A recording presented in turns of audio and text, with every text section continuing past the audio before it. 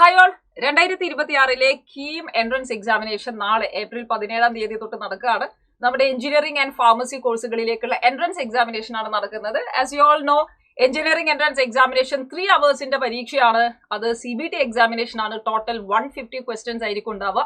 Pharmacy കോഴ്സുകൾക്ക് opt ചെയ്തവർ ഫാർമസിയുടെ CBT examination 1.5 hours ആണ് ഉണ്ടാവുന്നത്. അത് നമുക്ക് ടോട്ടൽ 75 ക്വസ്റ്റ്യൻസ് ആയിരിക്കും ഉണ്ടാവുക. ഇതെല്ലാം MCQ ടൈപ്പാണ്, മൾട്ടിപ്പിൾ ചോയ്സ് ക്വസ്റ്റ്യൻസ് ആണ്. സോ നാളെ നിങ്ങൾ എക്സാമിനേഷൻ ഹാളിൽ പോകുന്നതിന് മുന്നേ ആയിട്ട് ശ്രദ്ധിക്കേണ്ടുന്ന പ്രധാനപ്പെട്ട കാര്യങ്ങളാണ് നമ്മൾ ഇതിൽ പറയുന്നത്. ഓഫ് കോഴ്സ് ഏറ്റവും ആദ്യം നമുക്ക് വേണ്ടത് അഡ്മിറ്റ് കാർഡാണ്. സോ www.ce.kerala.gov.in എന്ന വെബ്സൈറ്റിലേക്ക് പോവാം. നമ്മുടെ ക്രെഡൻഷ്യൽസ് ഒക്കെ യൂസ് ചെയ്തുകൊണ്ട് നമുക്ക് ആപ്ലിക്കേഷൻ ഐഡിയും പാസ്വേഡ് ഒക്കെ യൂസ് ചെയ്തുകൊണ്ട് ലോഗിൻ ചെയ്യാം. അപ്പൊ ഒന്നുകൂടി ശ്രദ്ധിച്ചേ, നമ്മൾ വെബ്സൈറ്റിലേക്ക് പോവാണ്. സിഇയുടെ വെബ്സൈറ്റിലേക്ക് പോകുന്നു. കാൻഡിഡേറ്റ് പോർട്ടൽ നിങ്ങൾ ലോഗിൻ ചെയ്യുക. സോ ആപ്ലിക്കേഷൻ നമ്പർ, പാസ്വേഡ് ഒക്കെ ചെയ്ത് നമുക്ക് ലോഗിൻ ചെയ്യാം. ലോഗിൻ ചെയ്ത് കഴിഞ്ഞാൽ ഡൗൺലോഡ് അഡ്മിറ്റ് കാർഡ് എന്ന ഓപ്ഷൻ നിങ്ങൾക്ക് കാണാൻ സാധിക്കും. അതിൽ പോയി അഡ്മിറ്റ് കാർഡ് ഡൗൺലോഡ് ചെയ്യാം. അതിൽ നിങ്ങൾ പ്രധാനമായിട്ടും റിപ്പോർട്ടിംഗ് സമയം ശ്രദ്ധിക്കണം. ബിക്കോസ് ഇപ്പം 2 മണിക്കാണ് എഞ്ചിനീയറിംഗ് എൻട്രൻസ് എക്സാമിനേഷൻ നടക്കുന്നത്, 2 to 5. നമ്മളൊരു മിനിമം 2 അവേഴ്സ് മുന്നേ എങ്കിലും എക്സാമിനേഷൻ ഹാളിലേക്ക് റിപ്പോർട്ട് ചെയ്യേണ്ടതുണ്ട്. ആ റിപ്പോർട്ടിംഗ് സമയം കഴിഞ്ഞാൽ അവിടെ നമുക്ക് CBT എക്സാമിനേഷൻ പരിചയപ്പെടുത്തുന്നതിന് വേണ്ടി ഒരു ചെറിയ മോക്ക് ടെസ്റ്റ് ഉണ്ടാവും. അത് കഴിഞ്ഞാണ് ആക്ച്വൽ എക്സാമിനേഷൻ നടക്കുക. എപ്പോഴും അതിൽ സൂചിപ്പിച്ചിരിക്കുന്ന സമയം നമ്മൾ പാലിക്കാൻ നിർബന്ധിതരാണ്. എക്സാമിനേഷന്റെ ടൈപ്പ് നമ്മൾ ഡിസ്കസ് ചെയ്തു. ഇനി ശ്രദ്ധിക്കേണ്ടത്, എക്സാമിനേഷൻ ഹാളിലേക്ക് പോകുമ്പോൾ നമ്മുടെ കയ്യിൽ അഡ്മിറ്റ് കാർഡ് മാത്രമല്ല വേണ്ടത്. You should also carry some ID cards. നമ്മുടെ ഫോട്ടോ ഉള്ള ഏതെങ്കിലും തിരിച്ചറിയൽ കാർഡ് ഉണ്ടാവണം. ലൈക്ക് ആധാർ കാർഡ് ആകാം, വോട്ടേഴ്സ് ID ആകാം, ഡ്രൈവിംഗ് ലൈസൻസ് ആകാം, പാൻ കാർഡ്, പാസ്പോർട്ട് തുടങ്ങിയ ഏതെങ്കിലും ഒന്ന്. സോ മോസ്റ്റ് പ്രോബബ്ലി എല്ലാവർക്കും ആധാർ കാർഡ് ഉണ്ടാവാനുള്ള സാധ്യതയുണ്ട്. സോ ആധാർ കാർഡ് എടുത്ത് നമുക്ക് പോവാം.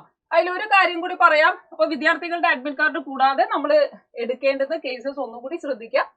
Driving licence, school ID card, passport, PAN card, election ID, അല്ലെങ്കിൽ ഫോട്ടോ പതിച്ച ഹാൾ ടിക്കറ്റ്. വേറെ ഒന്നും ഇല്ല എങ്കിൽ ഫോട്ടോ പതിച്ച ഹാൾ ടിക്കറ്റ്, ആധാർ കാർഡ്, അത് ആധാർ എടുക്കാം, റേഷൻ കാർഡ്, ഫോട്ടോ പതിച്ച ബാങ്ക് പാസ്ബുക്ക് എന്നിവയിൽ ഏതെങ്കിലും ഒരു തിരിച്ചറിയൽ രേഖ നമുക്ക് എടുക്കാം. ഈ രേഖകളൊന്നും ഇല്ല എങ്കിൽ നമ്മുടെ +2 പഠനം പൂർത്തിയാക്കിയിരിക്കുന്ന സ്കൂളിന്റെ പ്രിൻസിപ്പൽ നമുക്ക് അറ്റസ്റ്റ് ചെയ്തു തരുന്ന ഫോട്ടോ അടങ്ങിയിരിക്കുന്ന ഒരു സർട്ടിഫിക്കറ്റ് ആയാലും നമുക്ക് മതി. ഇതൊന്നും ഇൻ കേസ് ഇല്ല എങ്കിൽ നമ്മുടെ ഫോട്ടോ വെച്ചുകൊണ്ട് സ്കൂളിൽ പോയി പ്രിൻസിപ്പലിനെ കൊണ്ട് അറ്റസ്റ്റ് ചെയ്തിട്ട് ഒരു സർട്ടിഫിക്കറ്റ് വാങ്ങി നമുക്ക് കൊണ്ടുവരാം. ഓക്കെ, ഇതാണ് തിരിച്ചറിയൽ കാർഡുമായി ബന്ധപ്പെട്ട് പറയാനുള്ളത്. അപ്പൊ അഡ്മിറ്റ് കാർഡ് ഉണ്ടാവണം, നമ്മുടെ കയ്യിൽ എന്തുകൂടി ഉണ്ടാവണം, ID കാർഡ് കൂടി ഉണ്ടാവണം. ആൻഡ് ഓൾസോ വേറെ എന്തൊക്കെ കൊണ്ടുപോകാം? കാൽക്കുലേറ്റേഴ്സ് കൊണ്ടുപോകാൻ പറ്റുമോ? ഇല്ല. മൊബൈൽ ഫോൺ കൊണ്ടുപോകാൻ പറ്റുമോ? ഇല്ല. സ്മാർട്ട് വാച്ച് പറ്റുമോ? ഇല്ല. അപ്പൊ ഇങ്ങനെയുള്ള ഇലക്ട്രോണിക് ഉപകരണങ്ങൾ ഒന്നും തന്നെ പരീക്ഷാ ഹാളിൽ നിങ്ങളെ കടത്തിവിടാൻ സമ്മതിക്കില്ല. സോ ഇതൊന്നും എടുക്കാതെ എക്സാമിനേഷൻ ഹാളിലേക്ക് പോകാൻ ശ്രദ്ധിക്കാം. ഇനി റിപ്പോർട്ട് ചെയ്ത് കഴിഞ്ഞാൽ എക്സാമിനേഷൻ ഹാളിലേക്ക് നിങ്ങൾ അകത്തേക്ക് പ്രവേശിച്ചു കഴിഞ്ഞാൽ എക്സാം കഴിഞ്ഞാൽ മാത്രമേ പുറത്തേക്ക് പോകാൻ പറ്റുള്ളൂ. ഇൻ ബിറ്റ്വീൻ ദി എക്സാമിനേഷൻ, ഞാൻ നേരത്തെ എക്സാമിനേഷൻ കഴിഞ്ഞു എന്ന് പറഞ്ഞ് നമുക്ക് അവിടെ നിന്ന് ഇറങ്ങി വരാൻ കഴിയില്ല. പിന്നെ രക്ഷിതാക്കൾ ശ്രദ്ധിക്കേണ്ടത്, നമ്മൾ കുട്ടികളെയും കൊണ്ട് എക്സാമിനേഷൻ ഹാളിലേക്ക് പോകുമ്പോൾ രക്ഷിതാക്കളെ ഒരിക്കലും ആ എക്സാമിനേഷൻ സെന്ററിനകത്തേക്ക് പ്രവേശിപ്പിക്കില്ല. ഗേറ്റിന് പുറത്തായിരിക്കും നമ്മൾ വെയിറ്റ് ചെയ്യേണ്ടത്. പിന്നെ കുട്ടികളെല്ലാവരും CBT എക്സാമിനേഷൻ ആയതുകൊണ്ട് തന്നെ കമ്പ്യൂട്ടറിലാണ് ക്വസ്റ്റ്യൻസ് ഒക്കെ കാണുക. അപ്പൊ നമുക്ക് റഫ് വർക്ക് ചെയ്യുന്നതിന്, കാൽക്കുലേഷൻസ് ഒക്കെ ചെയ്യുന്നതിന് പേന, പെൻസിൽ പോലുള്ള ഉപകരണങ്ങൾ അല്ലെങ്കിൽ അവശ്യ സാധനങ്ങൾ നമ്മൾ കൊണ്ടുപോവുക. നിങ്ങൾക്ക് വാട്ടർ ബോട്ടിൽസ് കൊണ്ടുപോകാം, പക്ഷേ ട്രാൻസ്പാരന്റ് വാട്ടർ ബോട്ടിൽസ് എടുക്കാൻ വേണ്ടി ശ്രദ്ധിക്കുക. അതല്ല എങ്കിൽ എക്സാമിനേഷൻ ഹാളിൽ നിന്ന് നിങ്ങൾ ഇൻവിജിലേറ്റേഴ്സിനോട് എന്തെങ്കിലും ബുദ്ധിമുട്ടുണ്ടെങ്കിലും പറയണം. Because they are there to help you. അത് എല്ലാവരും ശ്രദ്ധിക്കേണ്ടതാണ്. അപ്പം നമ്മൾ കൊണ്ടുപോകുന്ന ഇപ്പം പെന്നാണെങ്കിലും അതുപോലെ വാട്ടർ ബോട്ടിൽസ് ഒക്കെ ആണെങ്കിൽ വളരെ ട്രാൻസ്പാരന്റ് ആയിരിക്കുന്ന വാട്ടർ ബോട്ടിൽസ് ഒക്കെ കൊണ്ടുപോകാൻ ശ്രദ്ധിക്കാം. പിന്നെ ഈ കൊണ്ടുപോയിരിക്കുന്ന പേനയോ പെൻസിലൊന്നും പരീക്ഷാ ഹാളില് വേറൊരാൾക്ക് കൈമാറരുത്.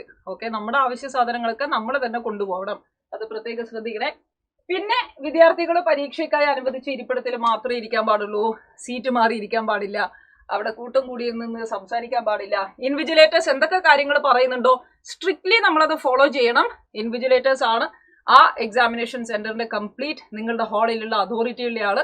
സോ എന്തൊക്കെയാണോ ഇൻവിജിലേറ്റേഴ്സ് പറയുന്നത് നമ്മളത് ഫോളോ ചെയ്യാം. പിന്നെ ഈ പറഞ്ഞത് വീണ്ടും എടുത്തു പറഞ്ഞിരിക്കുകയാണ്.